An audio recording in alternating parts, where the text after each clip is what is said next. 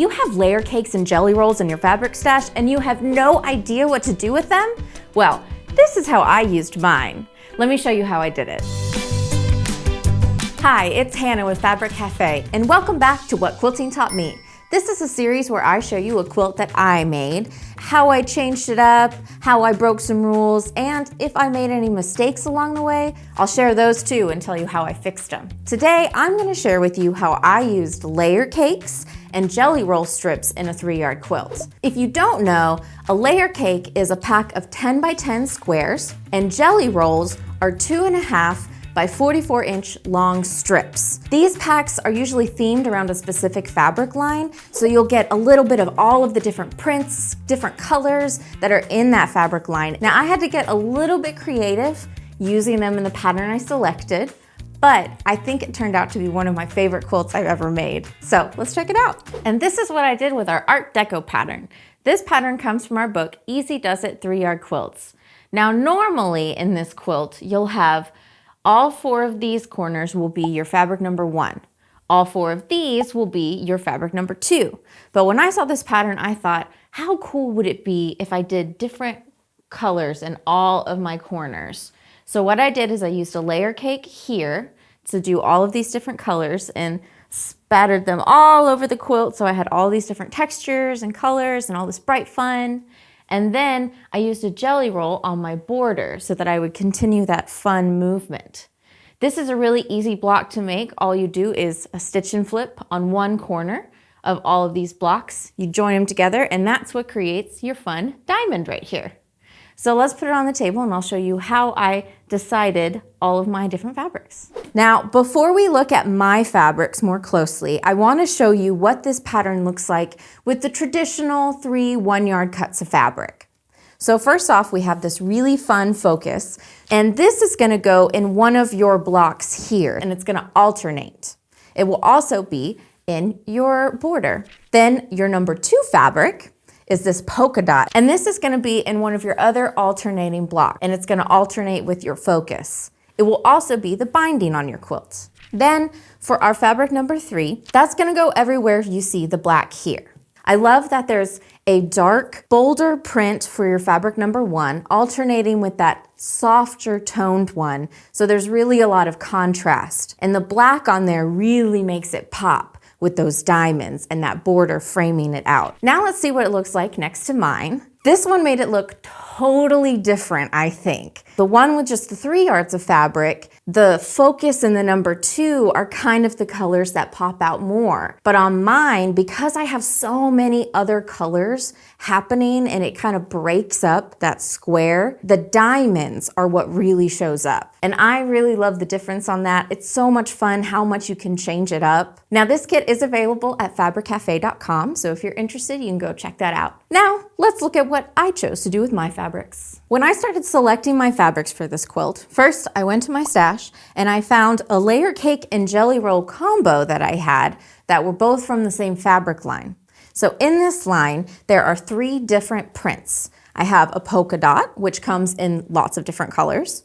Then we have this bird, so it's got some birds and it's got some stars and hearts and other different kinds of stars and dots. So it has a lot of different motifs and textures on it. And then I had a stripe in multiple colorways. When I was doing my blocks, I decided I wanted all 4 to be different, and I wanted to include at least one of each of those prints in the block. And then I would just supplement it. For example, this block, I have 1 bird and then I have 1 stripe. Always wanted to have my stripe in there. And then I used 2 polka dots. And I always did them catty corner from each other when I used the same one. I had more dots and this bird motif than I had of anything else. So that's what I would double up on in my blocks. And I would just alternate it throughout the quilt. This block would have 2 birds, this block would have 2 dots. Then for my number 3, I used this nice black. So it has a very soft dot texture. They're a little bit, they're not super linear. They're kind of like a spray of dot, which I really liked. And I used this everywhere the pattern calls for your fabric number 3. I didn't change that up at all. Then for my borders, I just used jelly strips. jelly roll strips from the same line. So you can see I've got all of these different polka dots. Here's some leftover ones that I have. And I did change the pattern just a little bit right here. This border is a little bit smaller than a jelly roll. And I just decided, I'm gonna keep the jelly rolls the same width that they are so I can minimize the cutting I have to do. And I chose to use my polka dots and my bird motifs on my border. They were a little bit bigger of a print than my stripe. So I thought having that slightly bigger border would allow it to show those off a little bit more. I did cut down jelly roll strips for my binding so that I could do the economy binding. And I chose to use my stripes because I just love the way a stripe looks on a binding. I think it's so much fun. And the colors for those were a little bit darker. So I thought it framed the quilt out nicely, having that stripe and those slightly darker tones on the edges. When I did these, I just sewed my jelly strips end to end like you would sew for your border strips. And that's how I got it. I didn't worry about where the colors were gonna fall. The more colors on the quilt, the better. So I just sewed my strips end to end, sewed them onto the quilt like normal, same with my binding, and just let the colors fall where they would. The first thing you're gonna do when you make the Art Deco pattern is you're gonna cut down squares for your stitch and flip. You're gonna cut big ones and then little ones. Now, when I was dividing out my layer cake squares, I realized I wasn't going to have quite enough.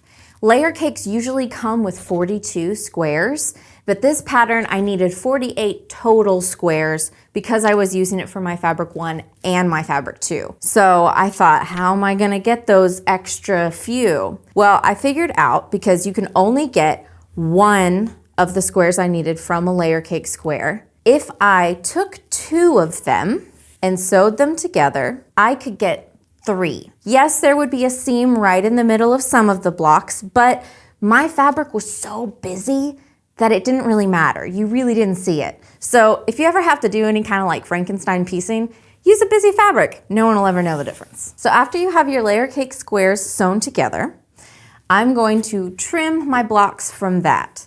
So I would just start at one of my corners and I would just cut the width that I needed first. Doop. Then I would go ahead and turn it and I would get my final trim that I needed. Little scrap, which is still a nice size, so I bet we can find a purpose for those. Then we have one. And so this is the block that has the seam right in the center. But even with this fabric, there's a lot of texture going on, and it really doesn't make it that noticeable. And you're not gonna have to do this for all of your layer cake squares. You just had to do it with enough to get what you needed. So you can see right here, I have a little bit of a seam. It's really not that noticeable once you quilt it. We get our last one and it lines up pretty perfect. You do have to be sort of exact on this. As long as you start on the end, you're gonna be fine. You're gonna get all the squares that you need out of it. And if you're the tiniest bit off, hide it in your seams. It's fine. We've got 1, 2, and 3. And that's how I was able to use them to get those few extra squares that I needed. I'm really glad that I counted before I started cutting all of them because there are a few blocks that after the fact I realized, man, I really need an extra one of this specific fabric, but I don't have any more layer cakes I can sew together. So I'm gonna show you some very Frankenstein blocks on the quilt in a little bit that I pieced together pieces. So let's take a look at the blocks themselves, how to make them. So here we have a square, and I actually laid out all of my squares like this before I did my stitch and flip because I wanted to make sure all of my colors were going where I wanted, that my stripes were going the right direction, and that I would know what corner to sew my diamonds onto. If you're just using a textural, non-directional fabric, you're gonna be able to turn it no matter which way, so you don't have to worry about that. But it was really important to me that I got the color and pattern placement first. So I laid it all out on the floor and took a picture, and that's when I started building my blocks. So how you make it, we're gonna make some stitch and flip blocks. What you do is you take a smaller square, you're gonna draw a line from corner to corner. You just put it on the corner like that. and we're gonna sew a seam right through that line on that corner. And here you have it. There's our seam. And then what you're gonna do is you're just gonna cut 1/4 inch from that seam. Then you're gonna trim that off. And these would be great to keep too if you want to do kind of a funky border. You could always sew these together in different ways and make a fun extra border or add it to a pillow or whatever. These could actually be really handy, be really cute. We're just going to press it. I recommend pressing your seams open. It's what I do every time. It keeps it flatter in my mind, and it's easier for my brain to process than trying to figure out what way it needs to go so that it's gonna nest properly. When I do it open, it nests perfectly every time for me. And then after it's pressed, you have your finished unit. And there we go. You're going to make 4 of these to make a block. So what I did, since I didn't want to sew my corners on before I laid it all out, I laid it all out and I would take 4 squares at a time to my machine and I would lay them in the orientation I needed it for my block. And then I took my little squares of my black fabric and I put it on the corners that I wanted, just laid them on top. So then I would take 1 block at a time, sew that, and then I'd take the other one and I'd sew that. So that way I knew exactly what corner it had to go on, and then I would lay it back there before I sewed it together. That's how my brain worked. Again, if you're using non-directional fabric, it's not a problem. So let's talk about how you make that block. And you're gonna turn this so that your diamonds meet. So that's why it's important your squares are on the corners that come together, because they're gonna create this design. Another one, and we have this one. So this is how you put the block together. You combine your 2 different units, and then you're gonna sew these together. These do have to line up. And I'm just gonna tell y'all, when I first started, my first diamond that I made was not very good. And I'll give you a close-up of it in a little bit. But they got better as I went. Every diamond got better. The points matched up better. So don't worry. If your first diamonds don't look good, it's okay.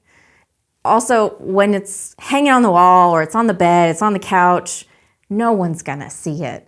I look at my quilt and I know which diamonds are not very good. And I look at it and from far away, I can't tell. I can't see all of the little slightly off things. I would recommend starting at the bottom if you're working on a new block, because in my head, I always like to put my problem blocks kind of at the bottom of the quilt. I feel like people are looking at the top of the quilt in the middle and they're so taken in by how beautiful it is that they don't really notice all of the little flaws that are tucked away and hidden at the bottom. So first off, we're gonna sew these 2 together. Then we would sew these 2 together, and then you sew those sections. So first let's look at this. Pinning was my best friend for this. So I would have my units. I'm gonna move these a little farther. And I would try to get it where this lined up. Now, if my edges of my blocks didn't line up perfectly, I didn't worry about that. I was focused on this. This is what I wanted to match. If this is a little bit off, that's gonna be in a seam. No one's gonna see that.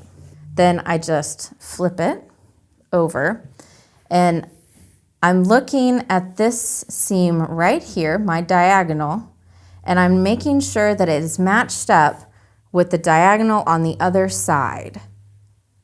That's what I want to match. I'm just gonna take a pin. After I feel like I've got that pretty good and matched up, I'm gonna stick it through my seam.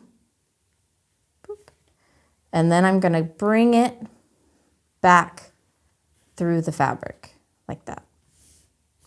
And then I would go and I'd sew that. So here I have a finished half of our block, just like we were just doing. And so we have it nice and lined up there. And then we have our second one. And this one is just rotated because I've only used 2 fabrics. And then these are gonna get sewn together. And what I'm worried about again is these points of my diamond. I'm not worried about what the edges of the block look like. I'm just worried about this seam, this point, and this point. So I'm gonna lay it over, line up with that seam, and you can pin whichever one you wanna do first. I usually pin to the center, but that's just preference. Pick what works for you. And I'm going to put it, I'm making sure that those are right together, and I'm gonna put a pin right through the seam like I did earlier. Bring it back through the front, like that. And I'm gonna do the same thing on both corners of my diamond. So I'm making sure that this is lined up with this. Put that through, just like we did. And that's how I would pin all of my blocks. And I found it really helpful. The more I pinned, the more precise my pieces got. Then we're gonna sew that together, and that will give us our finished block. Traditionally, you're going to make, one all in one color. So all of these would be the same color. And then you'd make another kind that was all in the same color, but a different one, your fabric 1 and your fabric 2. But how fun is it to change it up? Even just with these two. I pulled these fabrics from my scrap as well, and I'm already wondering, now what can I do with all these pieces? Because I think they're really pretty. So there's a lot of fun and different things you can do with this quilt. This definitely was an exciting quilt for me to do. I really enjoyed the process. I decided to send my quilt off to the Longarm. So I used Mitzy Pearson, who's one of the Longarm quilters we use at Fabric Cafe, and her website is tylerrosequilting.com. You can find a link in the description to her website. So she and I talked a little bit before I sent this to her about what kind of thing we thought would look nice. And we both thought a kind of like dot would look nice because it would pick up some of these dots that are in the fabric and some of this whimsy with it, but it would also be contrasting with this diamond shape. So it would contrast against that geometric. So she sent me a couple different options with bubbles. The first one she sent me was called Bubble Play, and you can see that design overlaid on top of my quilts. And I really liked this one with all of the different irregular dots. It has this kind of effect of like blowing bubbles, so that I thought was really fun. The second one she sent me was called Swirly Bubbles, and this one has that bubble design again, but it also has a spiral intermixed in between all of the different bubbles. And I do think this one was really fun, but ultimately I thought that the other one had a more whimsical feel. This one has kind of a more grown-up bubble texture, I think. So I did go with the first choice for my quilt, and I liked how the design, it's really tightly packed, so there's a lot going on, but at the same time, it's simple. I think it was simpler than the second one so that it really didn't fight with all of the different textures and designs I had on the quilt. For thread color, we chose to go with the blue because I really thought this quilt needed to have a color on it. There was so much color happening here, I thought it needed something. We went with blue because all of these different blue squares you see in it, and blue I think is a pretty complementary color to all of these different ones. It doesn't clash with any of them. If we had an orange, the orange might look a little bit funny on some of these darker ones right here. Love the way it turned out. I think it's so cheerful and fun. And then on the backing, she just went with a nice light gray so that you can really see all of the different colors that are in this backing fabric. And I think it's kind of fun because, so we have this is more hexagonal, I guess. I think the bubbles kind of complement that shape. So now I'm gonna show you a couple different places on my quilt where my blocks got a little bit funny, show you those Frankenstein blocks that I was talking about. So first off, I'm gonna show you my first diamond block I made. And this is why I suggest starting at the bottom of your quilt and working your way up, because I had already laid all these out in the exact colorway I wanted them to be, and I didn't want to change that. This is my first diamond. And it might be hard to see on camera, which means that it's not that noticeable even though it's off. So let that be a lesson to you. We have my first diamond. This does not match up. It's at least maybe a quarter of an inch, half an inch, quarter probably, off on 3 sides. This one matched up, but all the other ones very off. But my second block, it was only off on 1 side. all the other ones matched up pretty well. So it got better as I went, and that will get better for you as well. If you make a first block and it's kind of weird, don't worry about it. It's gonna get better.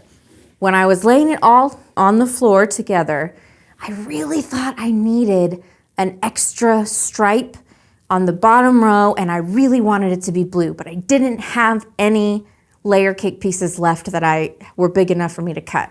So this is what I did. I sewed one of the little pieces I cut off while I was trimming, and then I sewed together two of these to sew with that. And you can see I didn't line it up very well. My stripes are real crooked. I probably could have lined that up better, but I didn't think about it until after I had sewed it, because I probably could have gotten those to match and it wouldn't have been as noticeable. But after it was sewn, I just thought, whatever. It's going at the bottom, who cares? It's not that noticeable. And it's really not when you have your quilts up and you're looking at it. So don't worry, if you've got some little funny mistakes in there, it's gonna be okay. I wanted to take a minute and share a quilt that one of you made. So Marion sent in this picture of the Irish Christmas pattern that she made, and I love what she did with this. I think this is incredible. So she used multiple colors for that chain and multiple colors for that half square triangle that meets up and makes a diamond. I love it so much. There's 4 different colors meeting up to make that diamond. And all of the chains are all these different colors.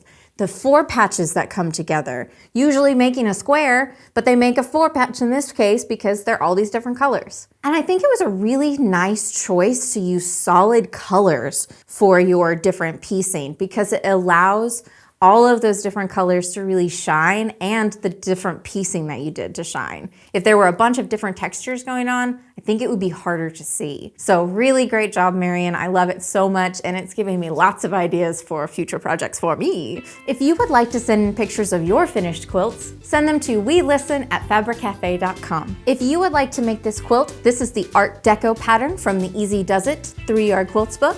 And don't forget about that kit we showed you up at the beginning. That's a great option for it.